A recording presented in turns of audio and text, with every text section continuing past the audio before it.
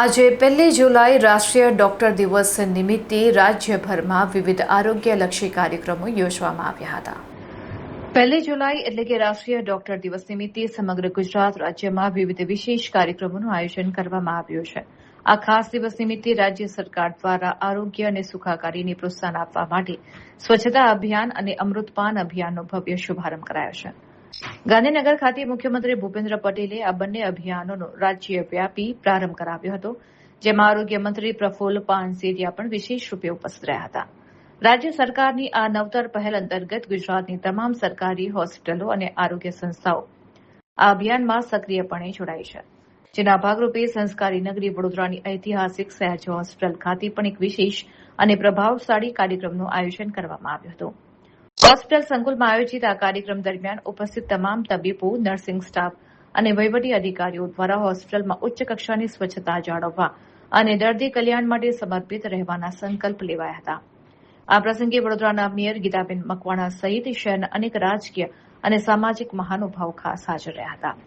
કાર્યક્રમનો મુખ્ય ઉદ્દેશ દર્દીઓને વધુ ગુણવત્તાયુક્ત, હાઇજેનિક અને સ્વચ્છ વાતાવરણમાં શ્રેષ્ઠ આરોગ્ય સેવાઓ પૂરી પાડવાનો છે।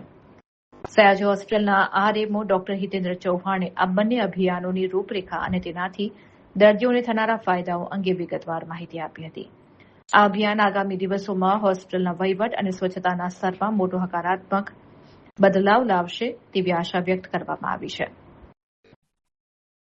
આજરોજ તારીખ 1 જુલાઈ હેપી ડોક્ટર્સ ડેના દિવસે આપણા રાજ્યના માનનીય મુખ્યમંત્રી શ્રી ભૂપેન્દ્રભાઈ પટેલ દ્વારા અને સમગ્ર આરોગ્ય વિભાગ દ્વારા નમો સ્વચ્છતા અભિયાન તથા અમૃતપાન અભિયાન આ બંને અભિયાનનો પ્રારંભ કરવામાં આવ્યો છે।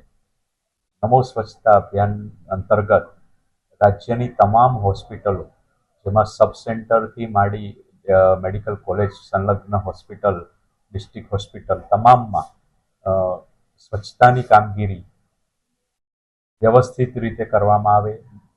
આ સપ્તાહ દરમિયાન નકામી ચીજ વસ્તુઓનો નિકાલ કરવામાં આવે, તે જ ઉદ્દેશ્ય સાથે આ સપ્તાહનું આયોજન કરવામાં આવેલું છે, જેથી તમામ હોસ્પિટલો સ્વચ્છ બને, સુઘડ બને અને દર્દીને જલ્દી સારો થાય એ આનો ઉદ્દેશ્ય છે।